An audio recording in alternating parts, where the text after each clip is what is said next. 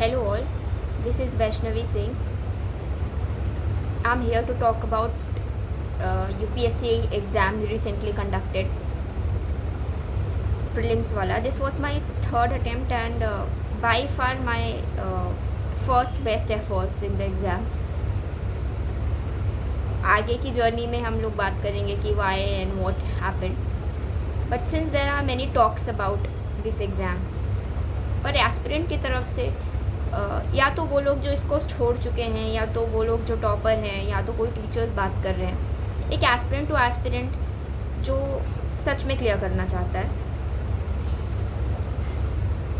उसका point of view मैं रखना चाहती हूँ इस एग्ज़ाम के बारे में. एग्ज़ाम वॉज रैंडम, इसलिए टफ क्योंकि ऑप्शंस ठीक है टफ़र बनाए थे, कंफ्यूजिंग बनाए थे यूपीएससी ने. मुझे वो वाला स्टेटमेंट से इतनी प्रॉब्लम नहीं हुई. मे बी पर्सनली मेरा रहा होगा कि it efficiently leads to this और नॉट, और इट कॉन्ट्राडिक्ट्स दिस. वो लॉन्ग क्वेश्चंस इतने प्रॉब्लमेटिक नहीं लगे मुझे. फैक्चुअल क्वेश्चंस काफ़ी प्रॉब्लमेटिक लगे क्योंकि इतने सारे आर्टिकल्स को जानना कि no article is has mention the commencement date of constitution, इस तरीके की बातें जानना. क्योंकि अगर पूरे आर्टिकल्स नहीं पढ़े हैं तो इट बिकम्स डिफ़िकल्ट. तो वहाँ पे थोड़ा सा रैंडमाइज था. Polity, geography, all these sections वो जो हम लोग प्रिपेयर करते हैं. और मैं यूपीएससी के पॉइंट ऑफ व्यू से भी सोचूं तो ठीक है, they wanted to make tougher paper, तो उन्होंने बनाया भी उस हिसाब से. ईजी होता तो कट ऑफ हाई जाती, तब भी अगर आपकी बेस्ट प्रिपरेशन नहीं है तो नहीं होता है. टफ़ होता है तो कट ऑफ लो जाती है. अल्टीमेट थिंग जो मुझे लगती है कि जिसका अच्छा प्रिपरेशन होता है उसका होता है, जिसका एवरेज प्रिपरेशन होता है उसका नहीं होता है. How do I know? मेरा भी शायद नहीं होगा. और मैंने जितने लोगों से बात करी है उसमें से दो, एक सेलेक्टेड है और एक को ऑलरेडी प्रीलिम्स हुआ था. केवल वो दो स्टूडेंट्स ही ऐसे थे जिनका अबव 80 मार्क्स जा रहा था. बाकी सब मैंने देखा कि 70 से ऊपर किसी का नहीं. एटलीस्ट 5-6 पीपल जो मुझे पता है इंक्लूडिंग माई सेल्फ, उनमें से किसी का भी 70 क्रॉस नहीं हुआ है. सब 65 to 70 की रेंज में है. तो this is the actual range जो लोग ला रहे हैं मार्क्स. अपार्ट फ्रॉम वो 100 और 105 वाले लोगों की आप बात मत कीजिए, which is very very unlikely कि उनके उतने आ रहे हैं if they are not selected, या फिर पहले से उनकी प्रीलिम्स की प्रिपरेशन स्ट्रॉन्ग नहीं है. This was my review for UPSC 2026 prelims. 2023 से कंपैरिजन में मैं ये बोलूँगी क्योंकि मैंने दोनों दिए हैं. 2023 भी दिया था, 26 भी दिया था. 23 मैंने अच्छे से प्रिपेयर करके नहीं दिया था.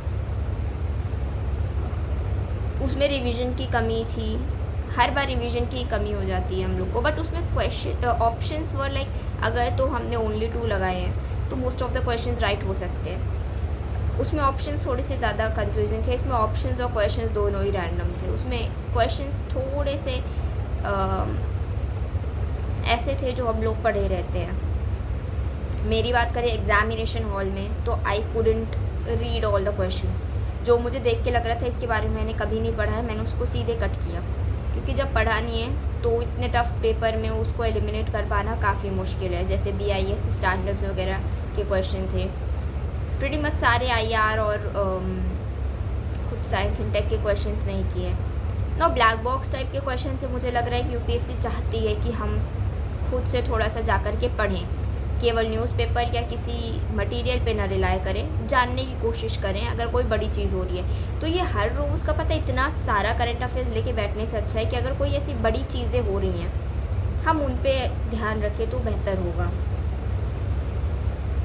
जेन्युइन इंटरेस्ट दिखाएं, थोड़ा सर्च करें, क्योंकि आई थिंक प्रीलिम्स में नहीं बट इंटरव्यू में ये पूछे जाते हैं इस तरीके के क्वेश्चंस कि आप इंटरेस्टेड हैं, आपके सराउंडिंग में क्या चीज़ें चल रही हैं या नहीं. तो वहाँ की प्रिपरेशन से थोड़ा ओवरलैप करता हुआ इन्होंने सारा प्रीलिम्स और मेंस बना दिया है. इसीलिए हमने एथिक्स भी देखा, जो कि अगर थोड़ा भी मेंस का प्रिपरेशन है तो इतना टफ नहीं है एथिक्स के क्वेश्चंस करना जो प्री में पूछे गए हैं. हमें ऑब्जेक्टिवली रहना पड़ेगा. गम तो देखो सबको होता है, दुख होता है, पैसे लगते हैं, हमारा टाइम लगता है, एनर्जी लगती है, हम एक सर्टेन बैकग्राउंड से आते हैं तो वो चीज़ हमको हमेशा परेशान करती है कि when will we get job. लेकिन एक टाइम आता है जब उस वहाँ पे आपको अपना फ़ियर ख़त्म कर देना होता है, डिसाइड करना होता है खुद के लिए परस्यू करना है या नहीं करना है, दैट्स इट।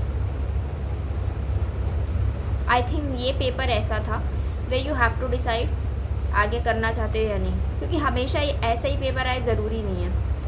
इंटरव्यू में सिलेक्शन हो ज़रूरी नहीं। हमारे कितने ही टीचर्स हैं, they are best of the faculties, सब कुछ आता है, still they couldn't get selected. तो वो अनसर्टेनिटी इस एग्ज़ाम में हमेशा रहेगी एंड उसके बारे में बोल के हाइप करके कोई मतलब मुझे लगता नहीं है। मैं तो एक जेन्युइन एक एस्पिरेंट की तरह बात करना चाह रही हूँ कि अगर तो आप प्राइवेट जॉब वगैरह में हैं या फिर कोई और गवर्नमेंट जॉब है तो you have an option B. अगर कोई ऐसा है जिसको गवर्नमेंट जॉब ही चाहिए है तो I don't think they have any option B except for preparing for government exams, which means कि अपना मैथ्स भी मजबूत कर ले और जीके जीएस जो भी है वो यूपीएससी के फैक्ट्स वगैरह अच्छे से पढ़ लें तो लगभग सारे गवर्नमेंट एग्ज़ाम्स हो जाते हैं। अब आपकी एज है कि नहीं है, फर्स्ट थिंग कि डरावना है ये एग्ज़ाम, करना है या नहीं करना है वो इस बेसिस पे मत लेना कि डर लग रहा है, क्योंकि डर तो सबको लगता है। मुझे भी लगता है, जिसने क्लियर किया उसको भी लगता है, जिसने नहीं क्लियर किया उसको भी लगता है। तो वो क्राइटेरिया छोड़ करके तुमको करना है कि नहीं, you want to do it or not should be the criteria to whether pursue this exam further or not. क्योंकि हो सकता है इंटरव्यू में बाहर हो जाओ, हो सकता है कि हो भी जाए, हो सकता है नेक्स्ट अटेम्प्ट में ही हो जाए, हो सकता है तुम्हारे लास्ट अटेम्प्ट में हो जाए, नोबडी नोज अबाउट दैट। तो फॉलो योर हार्ट। किसी के पास जा कर के कुछ पूछने से तो अच्छा रहेगा कि follow your heart and know it for yourself. Things जो मुझे लगता है कि इस पेपर में फोकस हुई हैं और यूपीएससी चाह रही है कि इसी में हम लोगों को और मजबूत करें, क्योंकि पॉलिटी, ज्योग्राफी इन सब में हम लोग थोड़े से हो गए हैं मजबूत। आई वोंट से कि मैं हो गई हूँ, बट दे आर पीपल जो कि लगभग फुल स्कोर करते हैं ऐसे सब्जेक्ट्स में। तो एंशिएंट, साइंस एंड टेक ये ऑब्वियसली गैम्बलिंग है, पर ये नहीं कि इनको करने लग जाए हम पुराना छोड़ दें, वो तो करना ही करना है विदाउट डाउट। एक भी क्वेश्चन आ रहा है तो कोई ना कोई एस्पिरेंट उसको लगाएगा ही, सभी लगभग लगाएंगे। तो पॉलिटी, इकोनॉमी, ज्योग्राफी, हिस्ट्री सब लगाएंगे ही लगाएंगे। एनवायरनमेंट में आप देख सकते हैं पैटर्न चेंज हो रहा है, तो उसको फॉलो करें रादर दैन कुछ थ्योरी वाला पोर्शन से इंटरेस्ट वाले पोर्शन में जाएंगे। एंशिएंट और साइंस एंड टेक और करंट अफेयर्स इस बार भर भर के आई थिंक मुझे तो लगे कि डिफ़िकल्टी वही क्रिएट कर रहे थे कि हमारे एक certain number of question attempt नहीं हो पा रहे थे उसमें। तो इन्हीं को हम बेहतर कर सकते हैं। इकोनॉमी में वही पुराना नहीं चलेगा, थोड़ा सा एक अच्छा टीचर अगर कोई हो तो काम बन जाता है, बहुत अच्छे से नोट्स हो जाते हैं। तो इकोनॉमी में वही करना पड़ेगा कि कोई टीचर मिल जाए अच्छा, तो उसकी प्रिपरेशन हो जाती है। इफ़ रिक्वायर्ड कोचिंग की ज़रूरत हो तो ले सकते हैं, अगर आपका इंटरेस्ट है उस सब्जेक्ट में तो और ज़्यादा पढ़िए, क्योंकि मेरे तो इकोनॉमी में ही सही हुए हैं सबसे ज़्यादा। एक लाइन से जैसे कह सकते कि सही होना वो इकोनॉमी ने दिया है। बाकी इंडियन ज्योग्राफी एक आध क्वेश्चन सतलज वगैरह, एंशिएंट का वो एंशिएंट नेम्स ऑफ रिवर्स, इसीलिए टफ़र हो जाता है क्वेश्चन पेपर, क्योंकि जो यूजुअल पैटर्न है वो फॉलो नहीं होता और उसके बारे में बैठ के क्रिब करने का कोई मतलब नहीं है। बट हाँ, काफ़ी बिजार है, बट आई वुड से कि कट ऑफ भी लो चली जाती है, इसलिए अगर अच्छी प्रिपरेशन होती है तो हमें ब्लेम नहीं करना चाहिए, क्योंकि मैं जानती हूँ कि 2 लोगों ने तो स्टिल निकाला ही है, वो जो ऑलरेडी सेलेक्टेड हैं और वो जिन्होंने पहले प्रीलिम्स निकाला हुआ है। तो I am not the one जो जल्दी में, I am very self critical to be honest, कि मैं ये देखती हूँ कि मुझ में क्या कमी है, मुझे क्या सुधारने लायक है। तो मैं ये नहीं कह पा रही कि गलती यूपीएससी की है, मैं यही कह रही हूँ कि गलती शायद मेरी रही होगी अगर मैं उतना अच्छा प्रिपरेशन नहीं कर पाई तो, क्योंकि कोई मतलब नहीं है। कहीं और ब्लेम करके। ऑब्वियसली बहुत स्ट्रेस है, बहुत डिजेक्शन है, बहुत अनमोटिवेटेड फील हो रहा है, not because of studies, results नहीं आते हैं तो काफ़ी क्वेश्चन मार्क्स लग जाते हैं खुद के मन से। सो मेरी तरफ से मैं कम्युनिटी को यही कहना चाहती हूँ कि यू आर नॉट अलोन। मुझे नहीं पता कि ये ड्रीम कभी ट्रू होगा कि नहीं। मुझे इंडियन एडमिनिस्ट्रेटिव सर्विस ऑफिसर बनना था, जैसे कि हम सबको बनना होता है, बनना है अभी भी। देखते हैं आगे की जर्नी कैसे अनफोल्ड होती है।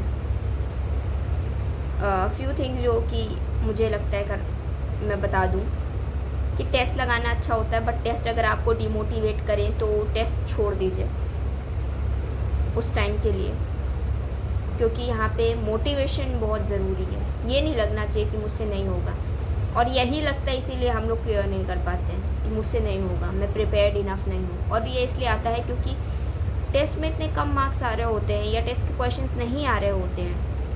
टेस्ट मुझे टेस्ट नहीं करेगा, आपको टेस्ट नहीं करेगा। टेस्ट से हम केवल रास्ता जानेंगे कि हमको क्या क्या पढ़ना है। अगर वैसे लेंगे तो बेहतर रहेगा। दूसरा कि PYQ सॉल्व करना मतलब उसके इर्द गिर्द तो पढ़ना ही है, बट ये भी देखना है कि किस तरीके के क्वेश्चंस UPSC सही या गलत कराता है। और वो थोड़ा बहुत काम करता है, पूरा नहीं करेगा, उसकी वजह से क्वेश्चन गलत भी होते हैं। पर use your own logic.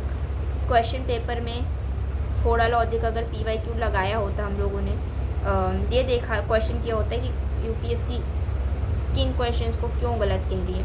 Obviously extreme questions भी आजकल सही हो रहे हैं, तो मैं ये नहीं कहूँगी, बट ये है कि अगर एक दो क्वेश्चन भी हम उस तरीके से कर पा रहे हैं तो स्टिल PYQ तो करना ही है। इस बार का टफ आ गया, अगली बार का शायद कुछ और पैटर्न होगा, पर कर तो सब वही रहे हैं ना। बस ये कि हमारा बैकग्राउंड अलग होता है, we start from different places, इसलिए किसी को टाइम लगता है, किसी को जल्दी हो जाता है। तो वो सब चीज़ें हटा करके my sole motive is to थोड़ा सा बता देना कि यू आर नॉट अलोन। कोई पेपर नहीं पढ़ पाया, सबको पेपर टफ लगा, और 60-70s में ही सबके मार्क्स आ रहे हैं।